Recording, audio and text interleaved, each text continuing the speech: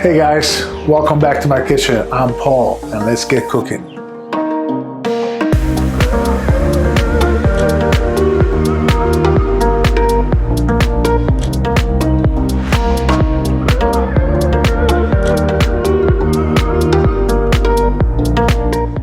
Hey guys, welcome back to my kitchen. Thank you for joining me and welcome to all the new subscribers. Guys, today we're doing something very, very special. There's a legend back in Italy during the Middle Ages of a battle between Bologna and Modena. In that battle, two of the gods came down from the skies, Venus and Zeus, to help in the battle. At the end of that day, both Zeus and Venus were so exhausted they went to a tavern to have a meal. Then after the meal, they went to retire up to their rooms. The innkeeper was so taken by Venus' beauty, because we know Venus was the most beautiful woman in the world. He went up and snuck up to the room, right to the floor. He bent down, looked in the peephole, but unfortunately, Venus was right up to the door and all he could see was the belly button. He was still so mesmerized about the beauty of this belly button, he ran downstairs and created a pasta which we call tortellini. Tortellini is an absolutely beautiful pasta that we traditionally have during any festive season like Christmas, Easter back in Italy. Now, I've never made tortellinis in my life, so I had to go and make a call to a good friend of mine, brought it down from Italy, well maybe not Italy, but here in Singapore, to help us make it. Please welcome Enrica. Enrica, say hi to our friends. Hi. So Enrica, how long have you been making tortellini? Since when I was 3. 3 years old, wow. And who taught you? Mia nonna. My grandmother. That's the best recipes come from grandmother. Now Enrica is an exquisite chef. She cooks beautiful things. Tortellini is one of her specialties. Making them, I'm telling you. So something she knows how to do. So I'm looking forward to spending a bit of time with Enrica today. We're gonna sit back, make tortellini. We're also gonna make tortelloni with our 4 cheese. And then we're gonna sit back and eat them. So sit back and enjoy. Let us show you how we cook this.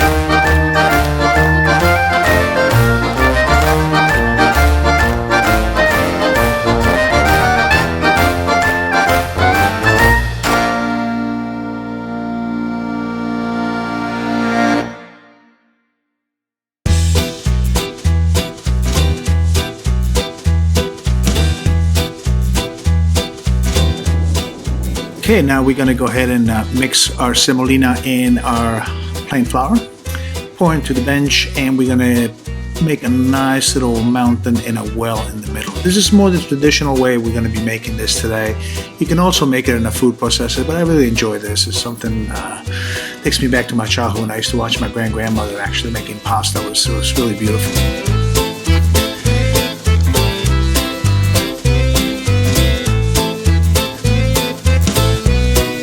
Now we grab our eggs. Now the basic recipe is 100 grams of flour to 1 egg. I usually make about 400 grams at a time, so that's usually works good for me. You can change it anyway. But what I do in 400 grams of flour, I add 1 egg yolk. It just gives it that much more texture and flavor and beautiful color as well. Try to use organic eggs if you can. If you can, it's okay, no problem. But usually organic eggs do taste better. Don't ask me why, but they do.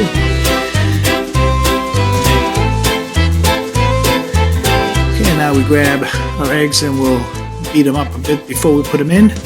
Give them a beat 1-2, and then into the center, nice and slow, and we're going to keep it right into the middle. With the fork, we're going to start working the flour inwards from out into the middle and still beating the eggs quite continuously. And we're going to keep going this process until we almost get a nice little creamy, gooey texture with the eggs and flour.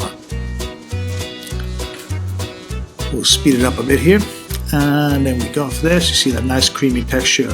That stage, now you see how it's holding together. Bring the flour in. We're going to grab our spatula and go ahead and start bringing it all together. So I go from the outside to the middle and press in, then start bringing my heads involved in it.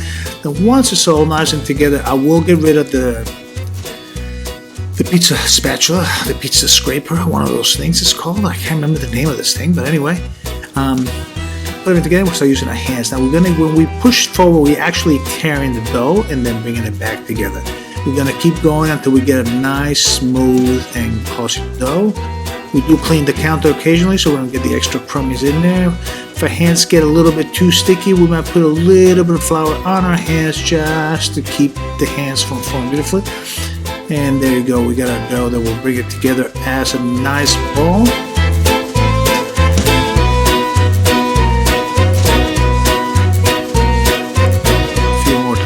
There you go.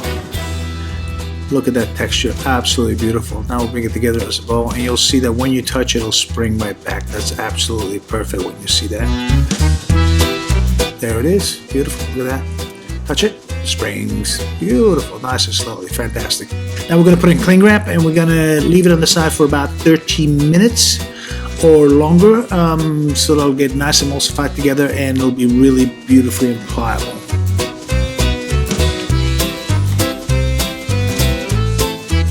You can go ahead and store it overnight in the fridge if you like, but if you do, you're going to want to take it out at least 1 to 2 hours before you're going to use it.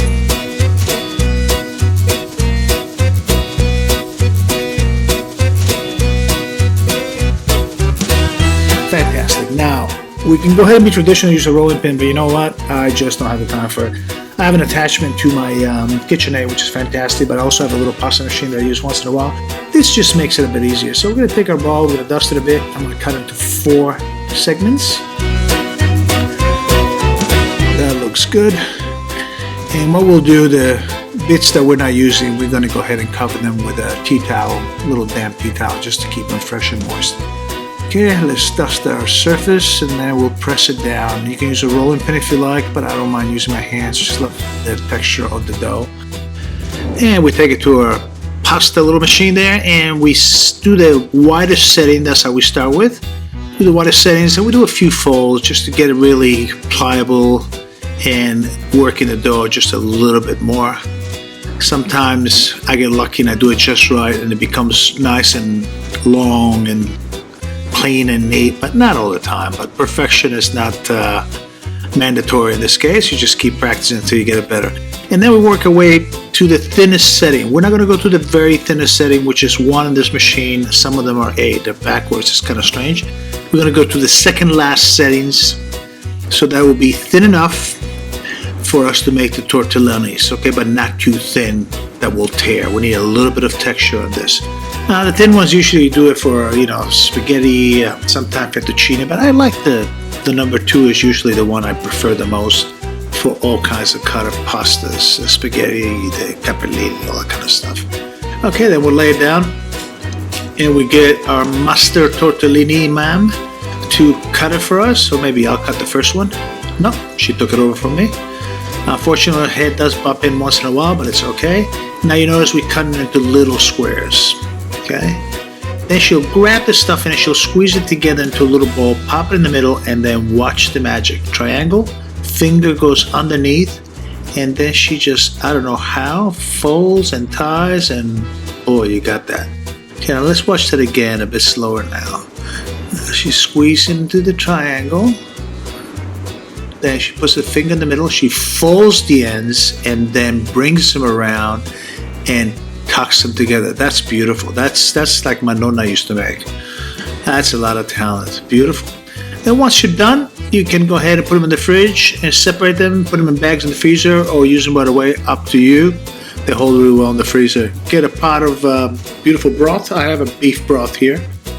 We're gonna drop them in once the broth is boiling. And depends, if it's frozen, it'll take a little bit longer. If they're not, they're fairly quick. I would say well under a minute. And once they're ready, we're gonna spoon them out into a plate and a bit of Parmesan cheese, and I tell you, beautiful, comforting lunch or dinner.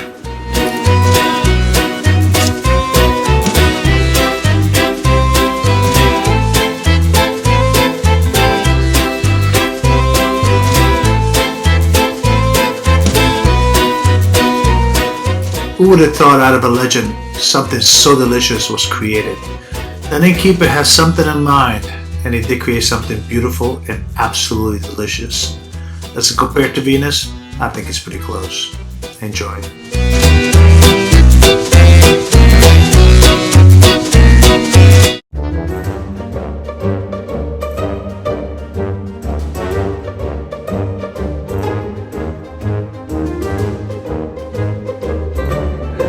Okay, nothing complicated here, just some good cheeses. I'm using a good fresh ricotta. I usually make it myself, didn't have time today. So I went to the store and bought some real nice one from Australia.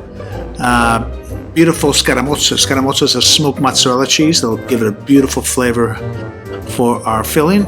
Parmigiano, absolutely, nicely grated. And then some pecorino romano. This is really sharp cheese and salty.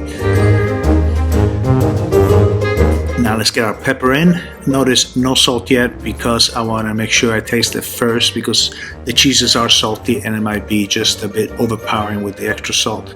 We'll give it a good mix together. We'll put the camera on high speed, off we go. There you go, really fast, quick, tastes nice. Now it needs a bit of nutmeg, and we'll go ahead and grate about a quarter teaspoon in there. Beautiful. Now let's go find that chicken. I'm sorry, the egg. The egg in the bowl. The bowl needs to turn. Okay, egg goes in. Give it a good little whisk. And into our stuffing. This will work as a binding agent into our stuffing. Beautifully done. And once it's done, we'll put it in the fridge and we'll let it settle in for about an hour. You can make this overnight, so no stress. Make it overnight, make it next day. Okay, now we've done the pasta as you've seen before, and now the master will get back into and she'll cut it for us. Some point in time she'll cut it for us. There she goes. Oh, here you go, the other way. Okay, and you notice the squares are much bigger than we were doing before because the tortelloni want them to be nice and large. Now watch what she does with this pasta. Enrica is absolutely unbelievable. Look at this. In it goes. Puts a little more, and then she says, no, I'm going to take out a little more. Okay, I'm happy with it. No, maybe not. Yes, I am. Okay, and then she does the little triangle, just like tortellini, and then she goes into her fold. Let me slow it down for you so you can see how she does this magic, I tell you. Here it goes. Finger goes underneath. Tuck the pasta around the finger, and then close it together. Beautiful. I couldn't have done it better myself. Actually, I didn't. But anyway, let's let her work and finish them up so we can have lunch.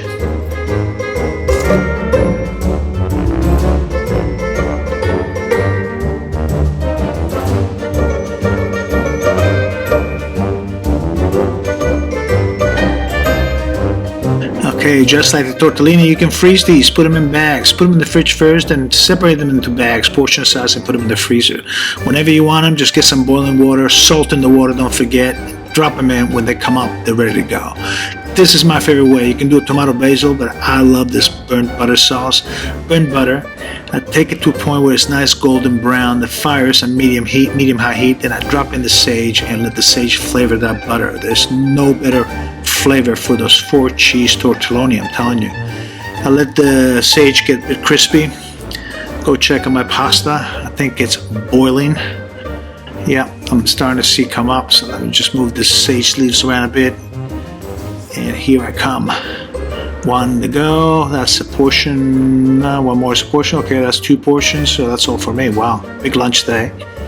Okay, and then we toss them around and get that butter and incorporate it in. It takes no more than 30 to 40 seconds, guys, and you got yourself lunch.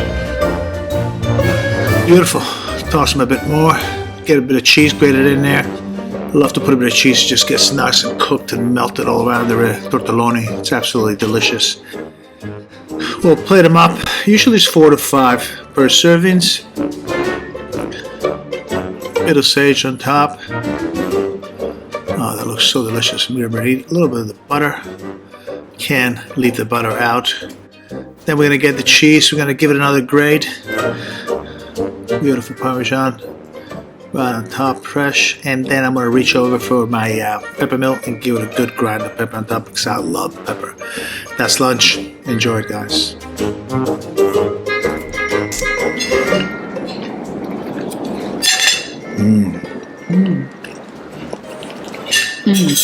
I think we need to change. Wow. Tortellini. Wow, Enrica. Thank you very much. This is an absolute treat. I've never had a chance to make these, and I've made those before, but these are extra special. Guys, let me tell you something. This woman, if you can have her over to teach you, give her a call. She's absolutely fantastic. Guys, this is a great dish to have. We usually have holidays back in Italy, Christmas, Easter, all the time. Isn't that right? Usually we do, sure. Yeah. It's a very traditional, wholesome dish. The broth goes really well together. You can do other things, tortellinis, but I think the broth is the best way to go. There's no two ways about it. It's a part of the tradition. It's part of the tradition, absolutely. So guys, I'll show you how to make the broth next time. For now, learn how to make tortellini and the tortelloni. Absolutely fantastic recipe. Thank you for joining us. If you like this video, don't forget to give us a like. And if you want to see more like this, don't forget to subscribe and ring that bell underneath. So when we post a video, you'll be the first one to be notified. Guys, once again, thank you. Come back next week. Tell a friend. We'll see you soon. Bye-bye. Bye.